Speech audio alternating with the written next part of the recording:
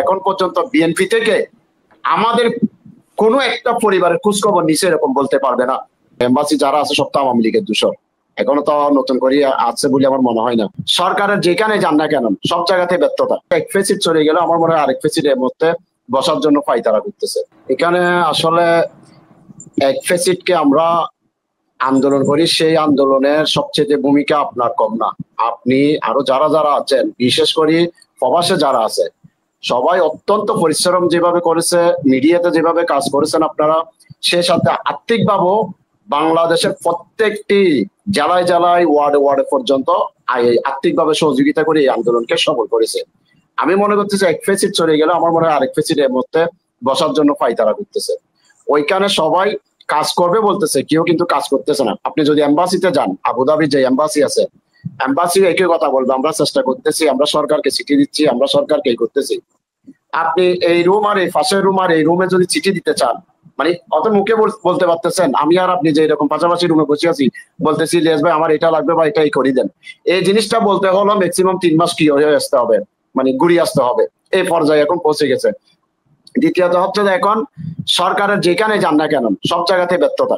আমাদের কূটনীতিক ভাবে এই মুহূর্তে যদি এই যে চলমান যে মামলাটা আছে আমাদের, এই মামলাটা যদি বন্ধ করা না হয়, যারা যারা আন্দোলন করেছে সবাইকে গ্রেপ্তার করা হবে। যারা যারা আন্দোলনের ভিডিও ফুটেজ গুলো নিজস্ব ফেসবুক আইডিতে, ইউটিউব আইডিতে শেয়ার দিয়েছে বা প্রচারণা করেছে, তাদেরকেও গ্রেপ্তার করা হবে। এখন যারা অ্যারেস্ট হচ্ছে তাদেরকে অ্যারেস্ট কিভাবে করা হচ্ছে? তারা অনেকে আছে যে ছুটিতে বাড়িতে আছে বা দেশে থেকে যাওয়ার সময় এয়ারপোর্টে তাকে ওই আপনার আই টেস্টের মাধ্যমে তাকে গ্রেপ্তার করা হচ্ছে ওই আন্দোলন ওই মামলার তে।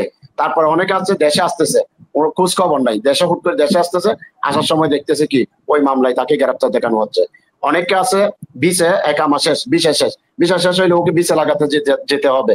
যেতে গেলে ওইখানে কি ওকে ডাকতেছে, তোমার কাজ আছে একটু আসো, আসলে ওইখান থেকে কি তাকে ধরে নিয়ে যাচ্ছে। তবে 24 জন আমাদের লিস্ট জগৎ এখন 24 জন জিয়াল আছে, কিন্তু সিআইডি হেফাজতে কতজন আছে সেটা আমরা জানি না। কিন্তু সরকার থেকে যদি জোরালো ভাবে কোনো ভূমিকা যদি না রাখে, কোনো ভূমিকা না নেয়, তাহলে আমি মনে করি আমাদের এই ভাইদেরকে ছুটানো সম্ভব হবে না। হয়তো আমার মনে হচ্ছে যেহেতু ওদেরকে কোর্টে তোলানো হয়েছে, হয়তো আমাদের মতো যাবজ্জীবন বা 10 বছর এরকম করে সাজা দিয়ে দিছে। আর এম্বাসির কথা তো বলিলাম না, এম্বাসি যারা আছে সব তো আওয়ামী লীগের দূষণ। এখনো তো নতুন করে আছে বলে আমার মনে হয় না। যেমন বিএম জামান যে জড়িত দুবাই এম্বাসির কনসালে ছিল, ওকে এই সরকার আপনার পদোন্নতি করে আফ্রিকাতে কি অ্যাম্বাসেডর বানিয়ে ওকে পাঠানো হয়েছে। পরবর্তী কি করছে সেটা জানি না। তো এইরকম একটি দেশ। আর সবাই আমাদেরকে বলতেছে, মুখে বলতেছে, কাজের বেলায় কিছু করতেছে না। আমার মুরব্বী একটা কথা বলেছে এই অন্যান্য দলের ব্যাপারে, আমরা জামাতের কাছেও গিয়েছি, বিএনপির কাছে, সবাই আশ্বাস দেয় এই করবে সেই করবে, নাম ঠিকানা লেখি নিয়ে পরবর্তী কোনো কাজ করে না। আমি একজন যুব দলের কর্মী, বিএনপির কর্মী, কিন্তু কিছু হয় নাই। আমার যাবজ্জীবন কেন দিয়েছে? আমার যাবজ্জীবন দেওয়ার কারণ হচ্ছে যে আমি ওই দেশে আন্দোলন করি নাই। আমি 20 বছর ধরে বিদেশে ওই সংযুক্ত আরব আমিরাতে বসবাস করতেছি। আমি ওই দেশের আইন সম্পর্কে কিছুটা হলো অবগত আছি। মাত্র 30% টাকায় জমির মালিক হয়ে নতুন বাংলাদেশের গড়ে তোলার স্বপ্ন দেখা বাংলা বসতি। আমাকে আপনার যাবজ্জীবন দেওয়ার কারণ হচ্ছে যে ফেসিট হাসিনের দূষণের অ্যাম্বাসিতে লিস্ট পাঠানো হয়েছে। বিশেষ করে ওই যে আরফাত রহমান যিনি তথ্য উপদেষ্টা ছিল, ও আমাদেরকে জঙ্গি ট্যাগ দিয়েছে। ওর কারণে আমাকে বেশি আপনার কি দেওয়া হয়েছে, মানে ওরা বলতেছে আমরা জঙ্গি কাজ কারবার করতেছি, জঙ্গির সাথে জড়িত, জঙ্গির সাথে আমরা সম্পৃক্ত, আমরা যে আর্থিকভাবে যে আন্দোলনে সহযোগিতা করেছি, এগুলো আমরা জঙ্গিদেরকে মানে আর্থিক গুলা সহযোগিতা দিয়েছি। আপনার যেদিন আমি 18 তারিখ কি 17 তারিখ আপনার লাইভে যুক্ত ছিলাম, ওই দিন রাত্রে আপনার লাইভে কথা বলছিলাম। পরের দিন সকালে আমাকে ওই সংযুক্ত আরব আমিরাতের আবুধাবি থেকে আমাকে থানা থেকে ফোন করে, বলে তুমি একটু থানায় আসো। থানায় গেছি, যাওয়ার পর আমাকে জিজ্ঞাসাবাদ শুরু করছে। 3 রাত জিজ্ঞাসাবাদ করেছিল। করার পর আমাকে অ্যারেস্ট করে আটক করা হয়, পরবর্তী কোর্টে তোলা হয়। তোলার পরে কোনো আপিল টাবিল কিছু করার সুযোগ নাই, আমাদেরকে এই যাবজ্জীবন দিয়ে দেয়, বাকিদেরকে 10 বছর দিয়েছে আমার ভাইরা বলছিল। কিন্তু এখন কার কাছে যাব, কোথায় যাব আমি বুঝতেছি না। হাসিনে কি ফেসিট? হাসিনে থেকে আমার মনে হচ্ছে যারা এখন উপদেষ্টারা আছে ওরা আরো বড় ফেসিট, বর্তমানে ওরা বড় ফেসিট। আমি আপনার মাধ্যমে বলতে চাচ্ছি, ভবিষ্যতে যারা ক্ষমতায় আসবে, যে দলই আসুক না কেন, সেটা বিএনপি হোক, অন্য দল হোক, সর্বদলীয় হোক, আমাদের মতো ওদের মতো যদি ওরা করে, ওরাও আমার মনে হয় বেশি দিন টিকতে পারবে না। সেটা যে দল হোক, আমার দল হলে আমার দল। কারণ জনগণের সরকার জনগণের জন্য কাজ করতে হবে, জনগণের জন্য যদি কাজ করতে না পারে ওই সরকার আমি মনে করি টিকতে পারবে না।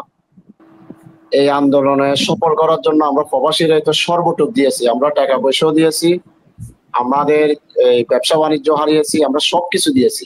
সবকিছু দেওয়ার পরও ওনাদের থেকে অন্তত সুন্দর ব্যবহারটাও যদি পাইতাম, আমাদের মনকে সান্ত্বনা দিতে পারতাম। আমাদের প্রত্যেকটা ভাইদেরকে দূর দূর সেই করেছে, মানে ওরা মানুষ বলে মনে করতেছে না। ওদের ওইখানে সচিবালয় মানে মন্ত্রণালয়ে গেলে ওরা আমাদেরকে মানুষ মনে করতেছে না, ওরা আমাদেরকে মানে কি দূষররা কি দূষকদের থেকেও মানে খারাপ বিপ করতেছে। এটা আমি সারা আপনার মাধ্যমে পুরো জাতিকে বলতে চাচ্ছি, এই দেশ স্বাধীন করেছি, এই যে লাল সবুজ ফেরাক আমার পিছনে দেখা যাচ্ছে, এটির জন্য আমরা নতুন ভাবে দেশকে পুরো বিশ্ব থেকে মানে বাংলাদেশের ছোট ছোট বাচ্চারা পর্যন্ত, প্রাইমারি স্কুল বাচ্চারা পর্যন্ত নেমেছে রাষ্ট্র সুন্দরভাবে চলার জন্য, রাষ্ট্র সুন্দরভাবে সবাইকে নিয়ে। এখন কি করতেছে সবাই বাদ, যারা কুর্সিতে গদি মানে চেয়ারে বসে আছে শুধু ওরাই নিচ্ছে, ওরাই আমেরিকা লন্ডন বিভিন্ন জায়গায় কি করতেছে, আমাদের কোনো দুইটা পয়সার পাত্তা দিচ্ছে না। তো দেশের মানুষ আমার মনে হচ্ছে খুব শীঘ্রই আবার কি করতে হবে জানি না, নির্বাচন দিয়ে বলছে দিবে কিনা। আর আমি আরেকটা কথা বলতে চাচ্ছি আপনার মাধ্যমে, সেটা হচ্ছে দেখি আমরা যারা আন্দোলন করেছি বেশিরভাগই বিএনপি পরিবারের, কিন্তু এখন পর্যন্ত বিএনপি থেকে আমাদের কোনো একটা পরিবারের খোঁজখবর নিছে এরকম বলতে পারবে না।